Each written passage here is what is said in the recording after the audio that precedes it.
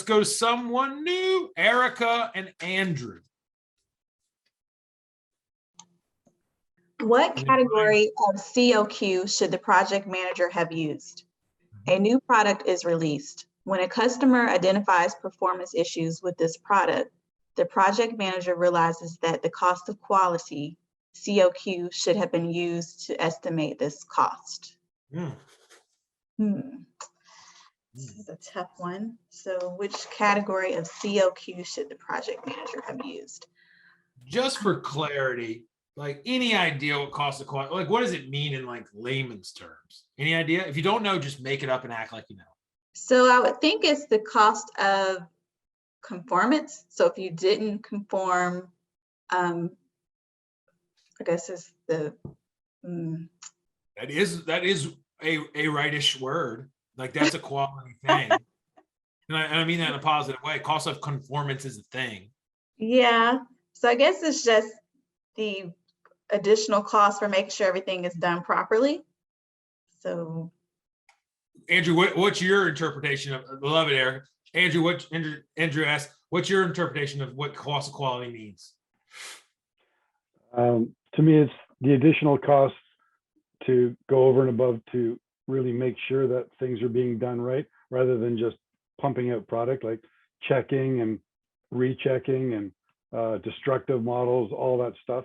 That's cost. And then the cost of non-conformance is repairs afterwards, recalls, all that stuff. Okay. So does cost of quality include both the cost of conformance and non-conformance, or is it one or the other in your mind? In my mind, the cost of quality is the cost of quality to put in to make a quality product, not bring it back to fix it. Oh, so that bring it back to fix it, is that excluded? It's a cost of not quality, I would think. Okay. Okay. Yeah, cost of poor quality. Whatever you call it. Yeah. So, all right. So the way, I think you guys are right around it. The way we want to think about it is like, what are all the things we have to spend money, invest, whatever in to deliver, like Andrew and them said, like Erica said, to make the customer happy, smiling. So it's like everything in the chain that goes into it. What are all the different things we're gonna have to spend money on, invest in a sense, like all those things to like make them happy at the end of the day. So that's cool. I got a lot of A's coming in that thing. Erica, good job, both of y'all. Like, let's walk through it. So it says customer identifies performance issues with this product. The project manager realized that the cost of quality should have been used to estimate this cost. Should, that's cool. That's backwards top thinking. Which category? So these are all categories potentially. Let's take the first one. Is that it, you think? Or what do you think, Erica? I think that would be one of the costs of quality. So just looking at prevention cost. Yeah. So if this is like our person that we're trying to make smile, and this is like when we start something and, you know, we have like a, you know, timeline to like deliver it to them, is the prevention cost like, when does it happen on my little timeline? Is it like toward the person or toward the other side? Towards the beginning. Toward the beginning. Okay, yeah. Sweet. So like preventative cost, and like what kind of stuff would be considered prevention cost stuff? Like what could we invest or spend money on that would prevent problems from happening? So certain equipment. Yeah, like good equipment, fancy equipment, the right equipment. Maybe. Yeah, I can dig it. What else? Maybe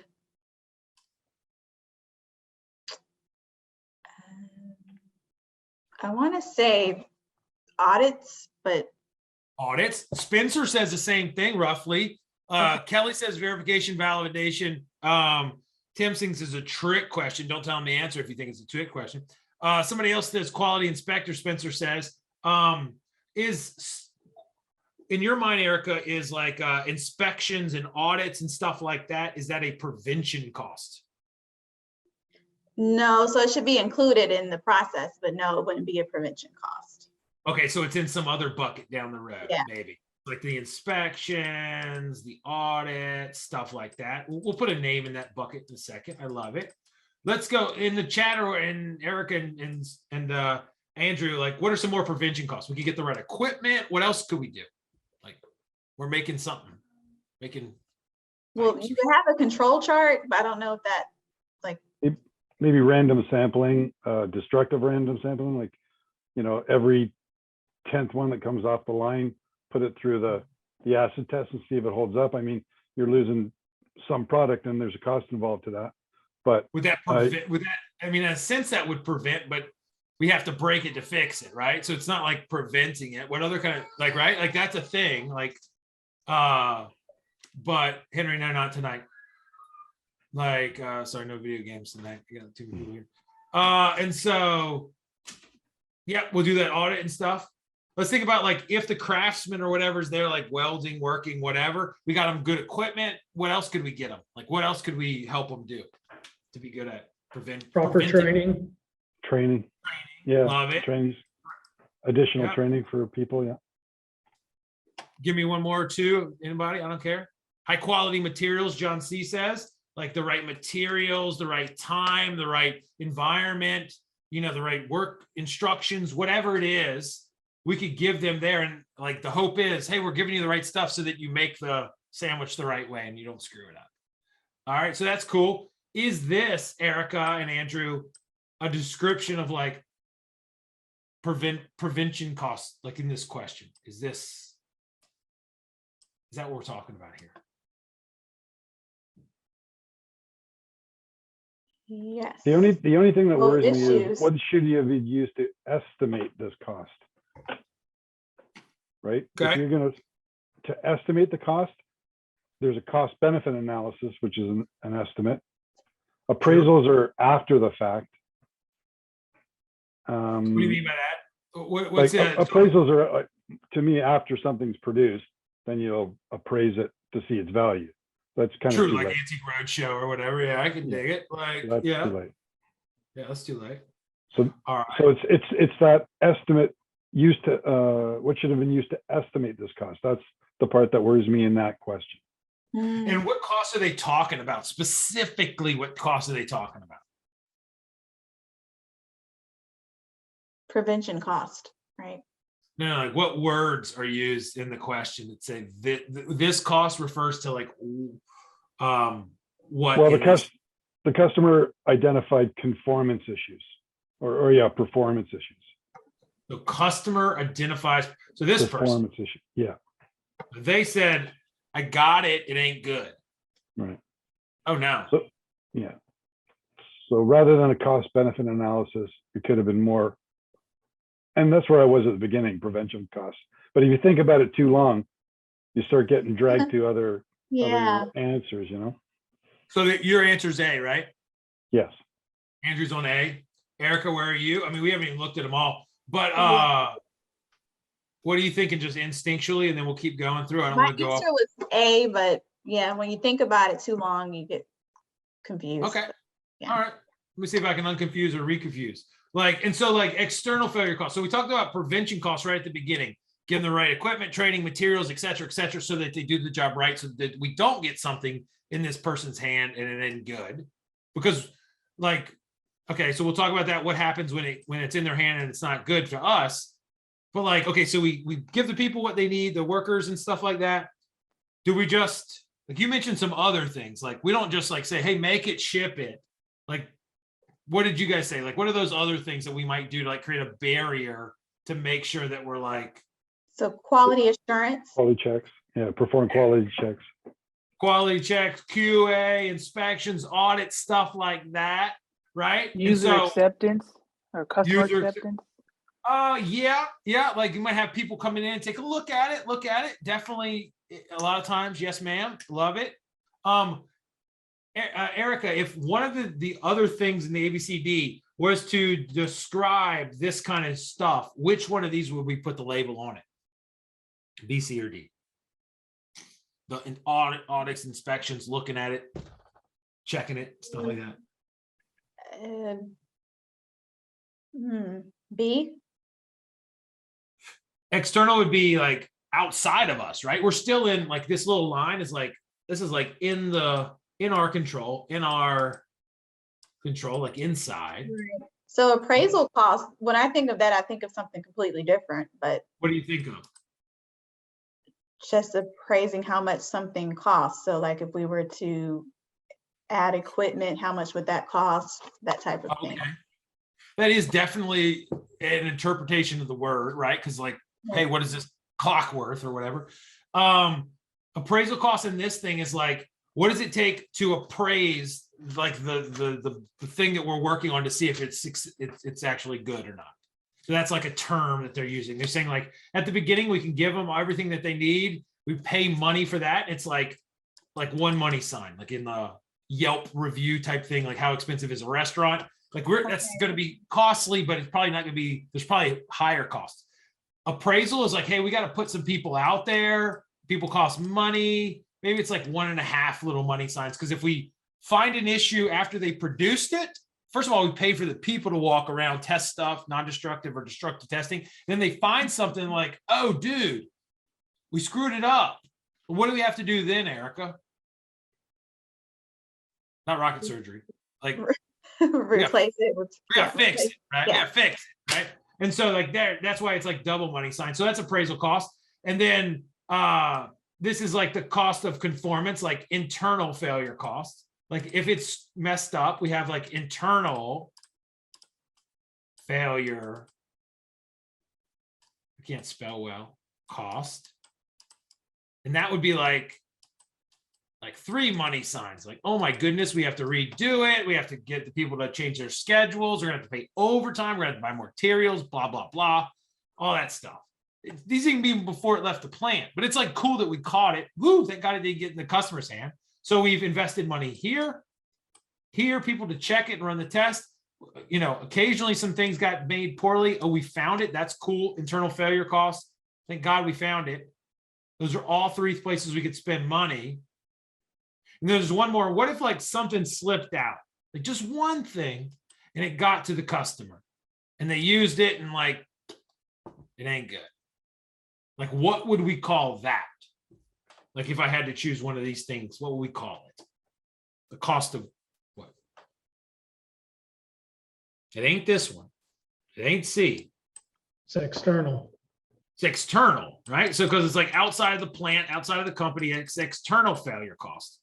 Now that means it's like in the customer's hand. They're like, dude, I don't like it for whatever reason. And then like Erica and Andrew, like if that happens, like what happens in the real world? We ship them a pump, the pump don't work. Like what happens? They return it. So shipping cost can be warranty, or you lose the customer. Yeah, love it. Warranty, we lose the customer, we're gonna lose the relationship. It shows our, you know, we have to buy more materials. It's like, it's bad, right? Right. So we're gonna call that like 4 money signs, like super duper bad. Like that's like costing us a ton. So in the easiest sense, like all these categories where we put money signs are all the things that we would either invest, like up front, like, hey, I'm gonna buy the right equipment. Hey, I'm gonna buy the right people to go and inspect. And then the other things is, if you don't do it well, you're gonna pay for it. Like you're gonna pay. Unless you just like say, forget it, customers, I ain't gonna do it. You can't do that. So like all these things together equal the cost of quality. So what we're trying to do is keep the overall cost of quality down, right? Make them happy the most efficient way money-wise. We're gonna spend some. Okay. And so when they say, hey man, the customer, Mr. and Mrs. Customer is super upset because the thing we sent them doesn't work. They said, oh man, we didn't even estimate the cost to fix this.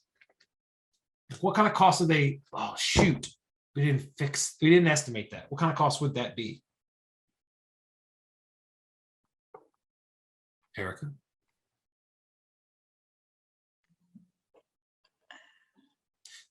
We estimated the money that we pay to the people to like make this stuff.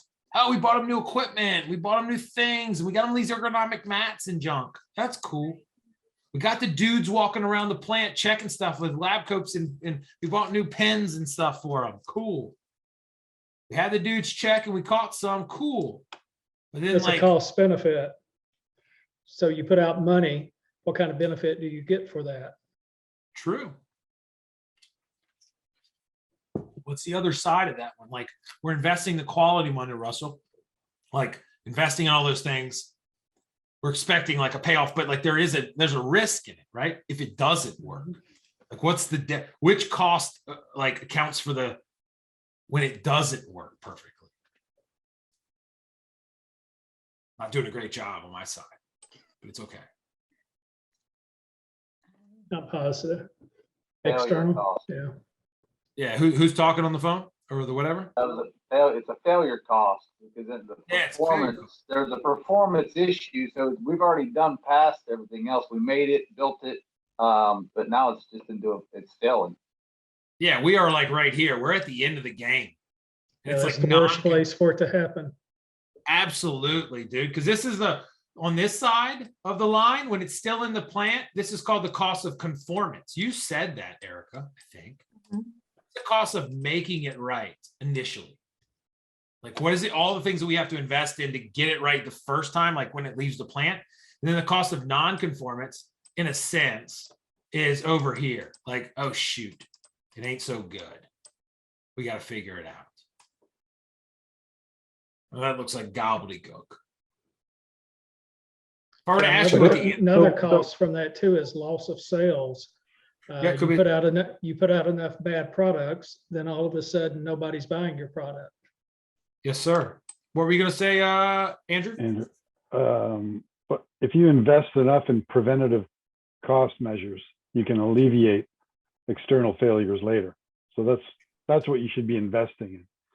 Which category of cost of quality should the project manager have used? I think the project manager should have sunk more money into preventing anything from happening over here. Okay. So if it said, which category of COQ should the project manager have used to lower the amount of failure costs, non-conformance costs or whatever, external failure cost, I would concur. What does it ask like in the body? Like when a customer identifies whatever, which cost of quality should have been used to estimate this cost? It's like a little cheeky in the way it's asking it. So when it says like to estimate this cost, I think they're talking about the cost of that. Hmm. Like if GM put out a car, they got smart math people and computers that are calculating how much money they got to put aside or either take insurance or I don't know how they do it to say warranty cost. Now they got the plant staff, they got all this magic going through the supply chain best they can. But there's a lot of recalls. It's not that they didn't try hard. I don't know Yeah, why. this cost here is an external failure cost. So that's the cost of quality at this point. Yes, sir. It's a major portion of it. So if you went through the project, another way to look at it is if you went the project and you only focused on, and I got like red all over the place, on these things, like prevention, appraisal and fixing it when it's in the plant. If you just spent money there or allocated money there, would you be at, and it may like, hey, this well-intentioned is going to save us all. But like, would you be at a certain amount of risk if the pot was dry after that point? Like long-term success, would you be at a risk? That's a question to ask yourself. Erica, would we be at risk? Maybe. Maybe. Because if something breaks, like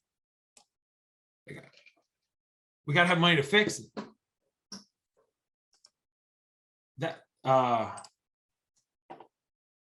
So that's what they're at. This is a funky one. Tim Mellon, you said it's kind of a trick question. Talk me through like how you look at it, if you would, sir. Clean it up. Yeah, so your analysis is good. I guess when we read it, because of the way it's written, Yeah. We're thinking, what should they have done? Which puts you back at the beginning saying, so there's two things they could have done. They could have, with all their planning, try to avoid all the risks of producing a faulty product, which we assume they probably did. And so what we got here is two kinds of projects or project managers. One's super diligent's done everything right, and this happened anyway, which the PMP assumes that they're a super diligent project manager and they did everything right. But when we look at, we're all pessimists, we're going, what the hell did he not do Right. that he should have done? So when I first looked at this question, I was thinking, oh, it's surely some sort of prevention cost because we're trying to prevent something from happening. But if you look at it from that point of view, then prevention makes total sense because of the verb tense, should the project manager have used. But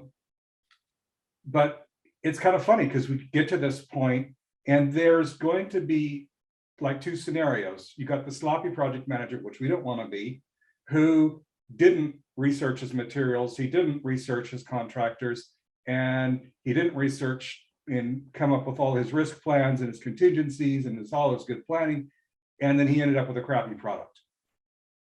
And he didn't take any prevention measures. And then you've got the guy that's super diligent, does everything by the book, and at the bottom line, in a real world, you can't control everything. And so if this happens with the really good project manager, then it's definitely external failure costs because he did everything he could to prevent it from happening, but it happened anyway. What's the one thing that blindsided him? Well, he didn't calculate the cost of something happening along the way that he was out of his control. And then he ended up with a product that didn't satisfy the customer. Now he's got to go back and fix it. Yeah, and really, yeah. And so if you think about the structure, so first of all, this is a funky one. It's totally okay. It helps us teach about cost of quality. It's going to be okay. Thank you, Tim. And then so we broke down like conformance and non-conformance, and then the, prevention, appraisal, we can see it flow through, and then the cost of like fixing it in the plant's bad, but it ain't as bad as if the customer gets it. So you kind of get the flow through. And then if we look at here, just from a structural standpoint, not that we have to be English majors or whatever, but it says it gives you some context. When a customer identifies performance issues with this product, cool. Then it says the project manager realizes that cost of quality should have been used to estimate this cost. And you're like, okay, that's a statement. Like you should have used to estimate this cost. So always ask yourself like this, like what does this refer to? It's like, oh, this performance issue, this external performance issue. Okie dokie. Then basically what it does is it restates the same thing it just said. It says, what should have been used to estimate this cost? And it says, which category of COQ should the project have used? They just left off to estimate this cost. So if they would have said that, there's a chance that we would have gotten closer to it. They just cut out that, they just left it, devilish as they are. So it's really to estimate this cost. The question is really asking, do you appreciate where the costs have to be spent through the life cycle of a project? Meaning like we can do all the stuff through there, but we might as well think about what would be the cost at the end if we somehow screwed it up, whether intention or not intention. So the answer is boom, external failure cost. Okay. Super duper confusing, Erica, or what? It makes sense now after the last few conversations, but very confusing. Yeah. Understood. And so nothing will be this hard, right? Like, but if we look at it through this lens, maybe we'll be all right. Because we can know, oh, cost of quality, dude, I know there's different categories. I know it's the total invested over time. I know that I have to calculate and plan for and put like big buckets of money all the way down. Think of it as little buckets of money at the beginning, appraisal, to fix it when we screw it up in the plant, and then throw a little pot of money at the back end. All those pots of money is like how we're, like Russell said, we're betting. Like if I do it up here, I still have to put some over here, but I probably don't have to put as much on the back in that bucket of money. We'll probably be all right. Different ways to look at it.